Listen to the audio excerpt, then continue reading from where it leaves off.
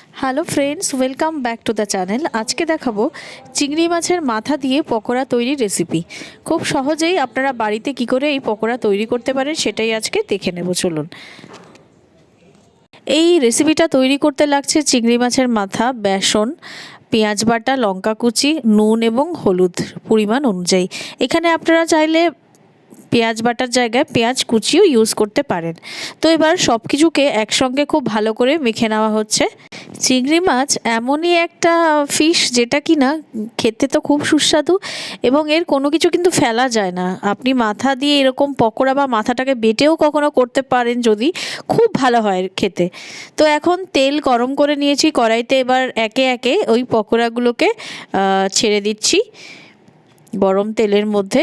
খুব ভালো করে ফ্রাই করে নিয়ে এবার ওগুলোকে তুলে রাখবো। তো আপনারা বাড়িতে ট্রাই করে দেখবেন, যারা এই ধরনের রেসিপি খেতে পছন্দ করেন। আমার মনে হয় খুব ভালো লাগবে আপনাদের খেতে এটা। তো এখন দেখতে পাচ্ছেন মোটামুটি একটা পার্ট ভাজা হয়ে গেছে, একটা পিঠ। তো এবারে একে একে আমি প্রত্যেকটা পকোড়াকে একবার করে উল্টে দিচ্ছি। এই রেসিপিটা করে দেখাচ্ছে আমার শাশুড়ি মা। তো খুব ভালো লেগেছিল আমাদের এই পকোড়াটা খেতে। যারা এই ধরনের পকোড়া খেতে পছন্দ করেন তাদেরকে রিকোয়েস্ট করলাম একবার ট্রাই করে দেখবেন, আর যারা পছন্দ করেন না তাদেরকেও বলছি একবার খেয়ে দেখুন। আমার মনে হয় আপনাদের ভালোই লাগবে। তো মোটামুটি আমাদের ফ্রাই করা হয়ে গেছে পকোড়াটা। এবারে একে একে এগুলোকে তুলে নেব। দেখতে পাচ্ছেন একে একে এখন তুলে নেওয়া হচ্ছে। খুব ইজিলি তৈরি হয়ে গেল, কিন্তু বিশেষ কিছু লাগেও না।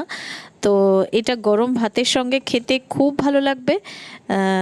দেখতে পাচ্ছেন ভীষণ লোভনীয় একটা দেখতে হয়েছে। তো আজকের ভিডিওটা যদি আপনাদের ভালো লেগে থাকে, লাইক কমেন্ট শেয়ার করতে ভুলবেন না।